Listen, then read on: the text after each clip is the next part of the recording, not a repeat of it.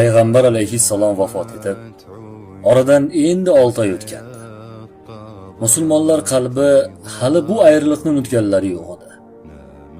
Ana shunday yara bo'lib turgan qalblarning yarasi yana yangilandi.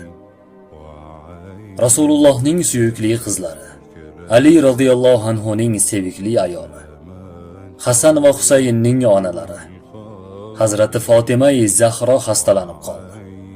Hijratning 11-yili, Ramazon oyining 2-kuni, dushanba edi. Shu paytgacha ora-sira kasal bo'lardi, ammo bu safargisi ularga o'xshamadi.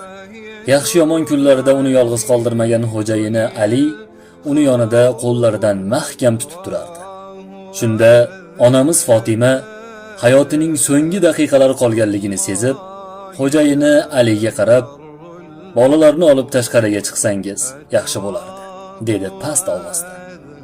Suyukli yorini bu so'zlari Hazrati Alining yuragini tilkalab tashladi. Ammo Hazrati Ali uni xafa qilmaslik uchun o'zini tushunmaslikka olib, bolalarini onasiga yaqinlashtirdi. Ularning 5 ta bolasi bor edi. Hazrat Fatima ularni birma-bir quchib erkaladi va farzandlari bilan xayrlashdi.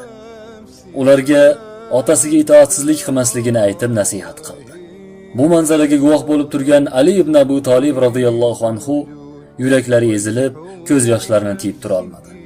So'ng Fatima onamiz Hazrati Aliga yana bolalarni olib chiqishga ishora qildi. Bag'ri tilka pora bo'lib turgan Ali ko'z yoshlarini artib, bolalarini tashqariga chiqardi. Asmo binti Umays bilan Ummu Rafi kirishdi. Fatima onamiz Ummu Rafiga qarab, "Meni yuvinishim uchun suv tayyormi onajon?" dedi Hazrat Fatima. Ummu Rafini onajon derdi, chunki bu ayol unga doim onalik qilib kelgandi. "Ha, albatta", deb javob berdi Ummu Rafi ko'zlarida yosh bilan. Fatima onamiz, "Menga suv quyib turasizmi onajon? Men poklanib olay", deb so'radi. "Albatta qizim, albatta", deya Ummu Rafi Fatima-i Zahroni g'usl qildirdi.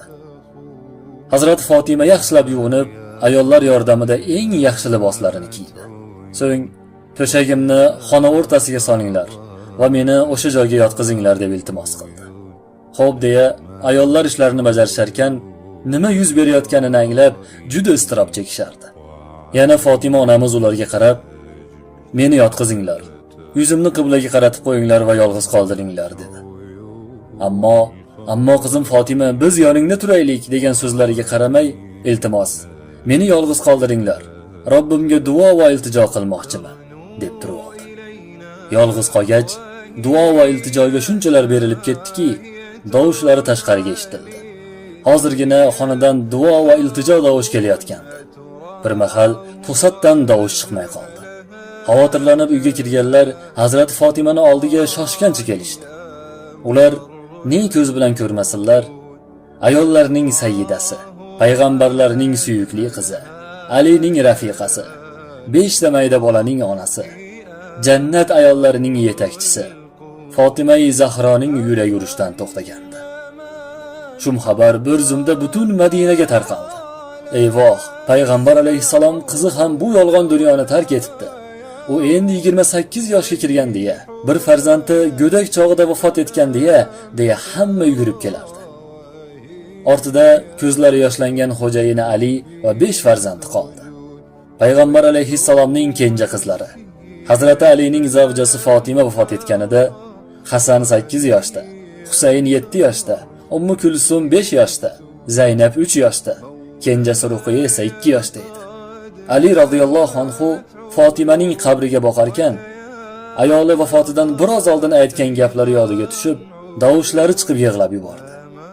Onamiz Aliga, "Ey kuyovim Ali, vafotimdan so'ng uylaning. Aks holda siz ham, bolalarim ham qiylanib qolasizlar. Ammo ularni o'gay ona qo'liga ham qoldirgim kelmayapti. Shu bois opam Zaynabning qizi Umomaga uylansangiz", degan Fatimaning so'zlari suyukligi Alini juda yig'latdi. Islom tarixidagi eng go'zal juftlikning muhabbati mana shu joyda ayriliqqa uchradi. Gullarning guli birma-bir dunyoni tark etishgan. Ilohiy taqdir shunday edi. Zotan odam zotning qismati shu. Biri keladi, boshqasi ketadi. Bu hol qiyomatgacha davom etadi. Avval Ruqiya, so'ng Zaynab, Ummu Kulsum va oxirida Hazrati Fatima dunyoni tashlab otalarining ortidan ketishdi. Gullarning gullari endi boqiy dunyoda yashayacaklar. Ular gullarning gullari edi. Payg'ambar alayhissalomning rayhonlari edi.